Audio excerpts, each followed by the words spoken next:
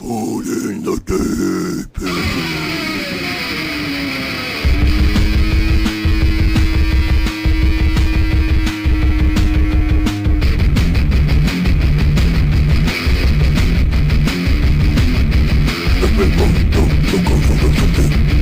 What's going on, bitches and hoes? I'm Groupie Dougie. Uncle Bill. Guess what we're gonna go see today?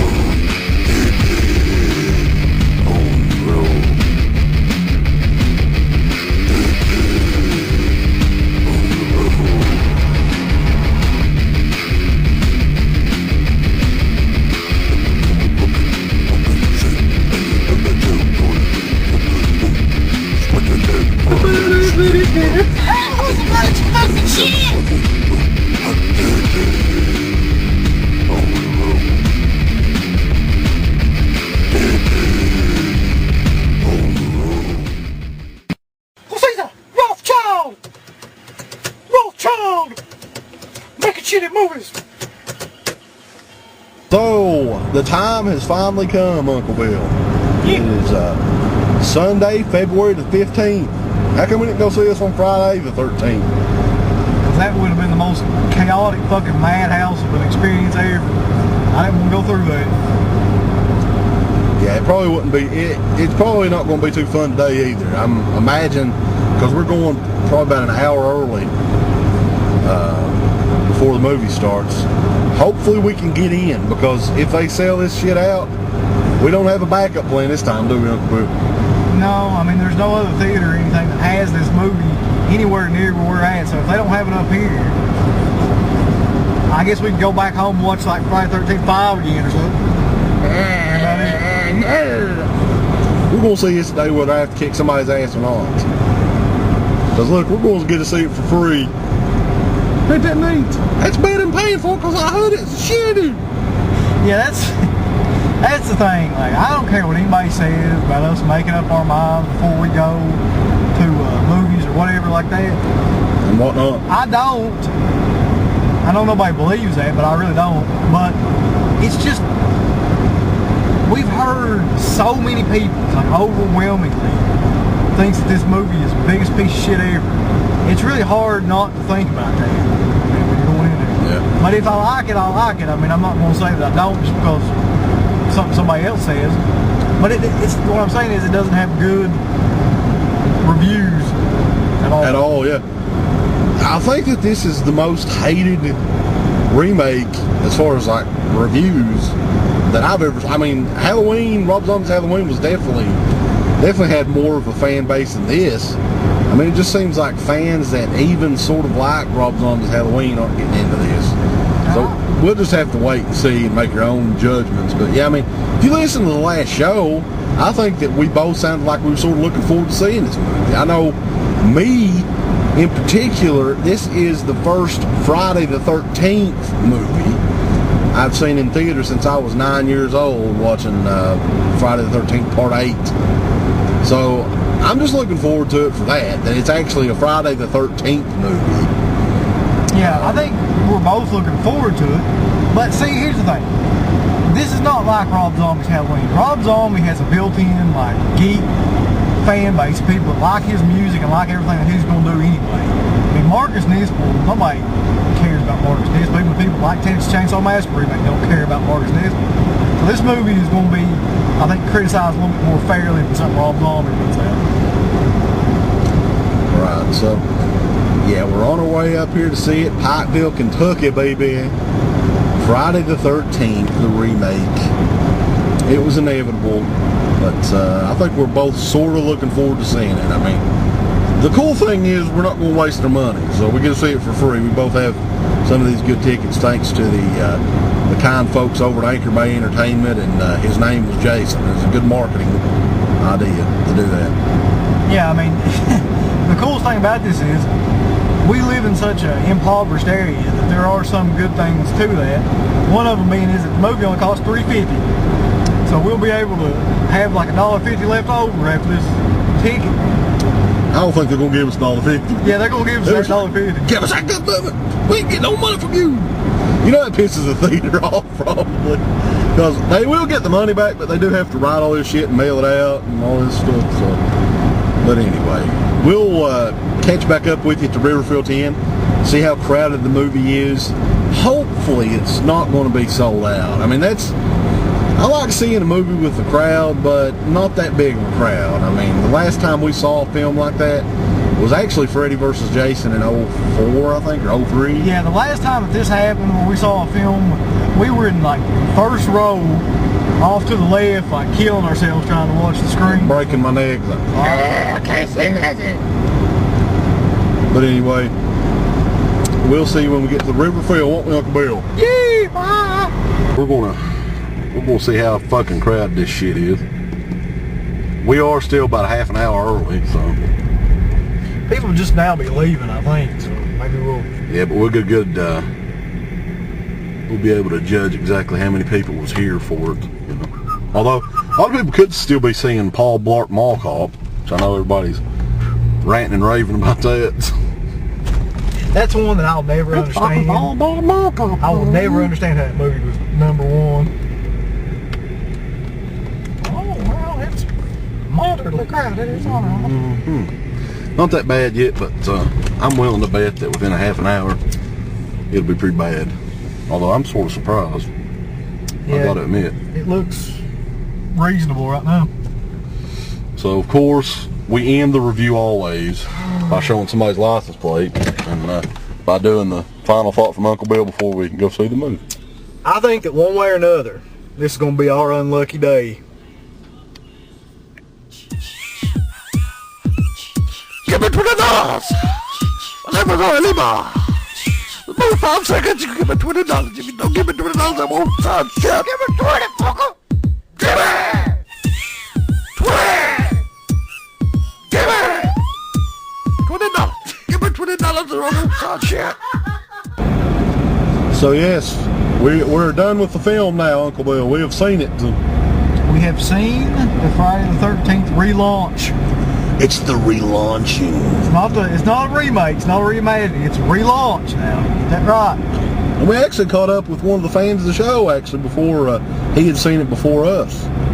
That's right, our good buddy Justin who calls into the show. That's right. He was there checking it out. He seemed to enjoy it. Let me tell you this before we get into the review. That was a fucking packed ass theater. Yeah. So packed, this dumbass beside me was willing to sit in a broken seat for 90 minutes. Yeah, there was ass every 18 inches, there's no doubt about that. But let's go ahead and stinky ass too. Let's go ahead and them people there smell awful. So from the beginning of the movie, I was really hopeful because right at the beginning you got the classic thing going on. You never hear that again. Right. From the opening when the Paramount logo and shit comes on, that's the only time you ever hear that. The rest of the film you never hear that again. The beginning is like a flashback to 1980, is that right? Yeah, it's actually, I think, opening weekend, June 13th, 1980, which was a cool homage to the original Friday the 13th, which that was the release date, as I understand. Okay, we'll get to that a little bit. I got a bunch of questions about that. But, okay, so it's 1980, it's Pamela Voorhees, she's getting killed, and Jason sees it and grabs the little locket or something that she's got, body-dot, there's all kinds of shit that goes. Fast forward to the present, where there's a bunch of people looking for weed, which is an interesting concept. Yeah, and evidently, Jason Voorhees is, he likes to toke it up, because he's got a lot of weed on his property. Jason's a pothead, and let's see. Well, it's pretty basic from that point on. I mean, well, from there it's like exactly what you would think a Friday the 13th film would be. It's just Jason wandering around picking people up. But in the beginning, when that shit started, he's got some kind of like a IGA bag or something like that. I don't know exactly what that's supposed to be. Yeah, and the whole deal, like, there's nothing to him getting the hockey mask. All it is he just finds it laying around somewhere and picks it up. Oh. He's like, I'm going to get me another mask away. Yeah, so you got, like, all the classic disposable teens. You got the asshole, the slut, the comic relief, the minority. You got two minorities in this. The one minority is the comic relief. And the, like, smart, kind of helpful girl that's always in all these films too. That's right. You had all that. And you had a ton of titties in this as well. I mean, there were some good-looking women in this. A lot of them nobody would know. I think Willa Ford, I've heard of the name. I don't know who she is. She shows her breasts in this, which is nice. And it has a classic Friday the 13th formula from like the first 4 or 5 Friday the 13th films. And in that respect, it's pretty cool. The whole problem with this movie, and we were talking about this before we started the review, was the person that made the movie, Marcus Nispel, who doesn't have that good of a track record with us anyway. No. Yeah, that guy just does not understand the basics of a couple of different things. Number one would be how to shoot just like fight scenes and action scenes where you could kind of comprehend what the hell's going on. And the other would definitely be like anything to do with dialogue and characters and stuff like that. It's just, it didn't mesh well, to say the least. And the jump scares. There were so many jump scares in this movie. You were predicting them, or expecting them 15 minutes in. I mean, they were so obvious. And the whole deal with the jump scares is they're lame because all he does is turn up the fucking volume on whatever the big is. So everybody's going to jump, and I mean, it's just ridiculous. And I think the movie would have been okay had they had somebody else directing the film that actually knew what the fuck they were doing. I mean, maybe if you like the Texas Chainsaw Massacre remake, you would like this. I actually think that this is a little bit better than the Texas Chainsaw remake, just because it's really not a remake. I mean, there's a couple aspects to it, like it's sort of, I would say it's more of an homage to the first film mixed with the fourth movie. Wouldn't you agree with that? Yeah, it's got some elements from the second film too, though, like the ending and stuff like that.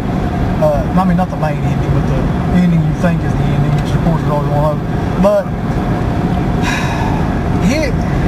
one of the main problems with, and before I say this, there's no way I think this film, in my opinion, is worse than like Rob Zombie's Halloween, or even like My Bloody Valentine. I thought that film was worse than it. I'm not sure about Texas Chainsaw Massacre remake, really. I did not hate this movie like I hated Halloween. Like, I felt sick, like a sickening inside of me when I saw Halloween that I didn't feel with this. But it's just one of those movies that's just kind of fucking there. It's not, like, I'll never go back and watch that, I don't think. And I've seen it now, it's just, it's... Oh, you're talking to it seems like something that was just thrown together really quick. That, like, Friday the 13th movies are usually known for the creative kill scenes and stuff like that, and that just wasn't in this movie. I mean, I can name creative kill scenes in fucking Jason Goes to Hell, Jason X, and Freddy vs. Jason. There's not really here in this movie. I think that the last scene with Jason, which was his pseudo kill sequence, we all know Jason never dies. Ari Lehman told us that. They're just not there, though, overall, and that's a big aspect, I think, to the Friday the 13th movies. Now, do I agree with a lot of the folks on the board? I mean, a lot of people on our message board are totally blasting this movie. And, I mean, I can understand where they're coming from. It's not that great of a movie at all. I'm not going to say it's even good. It's just sort of there. I think Felcher was telling us, for him, it was just sort of there. He didn't hate it, didn't love it. It was just something to go watch. Yeah, I mean, I feel pretty much exactly the same way.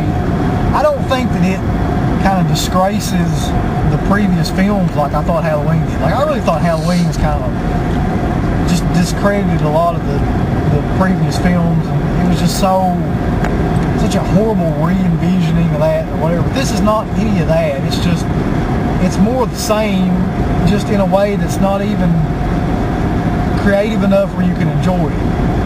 It's kind of like a lackluster entry into the series, kind of like Jason X or something, where it's just, take it or leave it.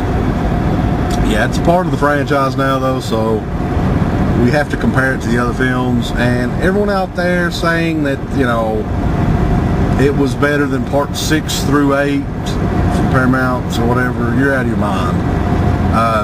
I don't even know if it's better than shit like Jason Goes to Hell. So, I don't know. I mean, maybe I have to see it a couple more times to make a judgment on it. That's how I usually am with these movies. But I think Marcus Nispel pretty much ruined this movie from being actually entertaining. But what were your thoughts about Jason himself, Derek Mears? I thought it was weird that, like, the character in this one's much more like a fucking Spider-Man or a cat or something. Like, he's always jumping around. He's on top of the house, like jumping down, and he's got that underground lair or whatever. He's climbing through it. It's like, what the hell is it with movies now and their villains have fucking underground layers? The people think that's really scary or something. Oh shit, he's making himself a buck underground now. you know who else had an underground lair? Chud. That's true. And John Wayne Gacy. Maybe that's where they got it from. I guess. Whatever. I just thought it was a little bit too, like, Jason being like a supernatural force type of deal.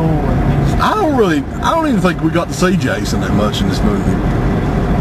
And we didn't get to bond with Jason in this. I mean, the whole camera, the way they shot it just sucked. It was exactly the same way with the Texas Chainsaw Massacre remake. I mean, all the kill sequence and action sequences is like, oh shit, oh god damn, it's shaking.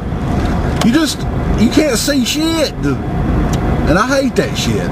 And like all the camera work and like jump sequences just gave me a headache in this damn thing. It really did. Did we mention the music yet? That's probably the single worst part of the film. Yeah, the music was shitty too. Get Harry Manfredini back for the second one. I don't even know what kind of music that is, but it definitely didn't even have what I would call a score. You had like one, just... What the music was, it was like beating on shit. Ow! It just sounded like machinery running or something. I don't know how else to explain it. It wasn't music really, it was just kind of like when they overuse stuff like in the Texas Chainsaw Massacre remake, they were overusing that. That's kind of the same thing with whatever that was. That probably broke Marcus Nispel's heart that we didn't use that then. Yeah. He probably be like, no, I think we use that Friday 13th. Achtung. Alright, so I guess in some summary for this whole thing, like,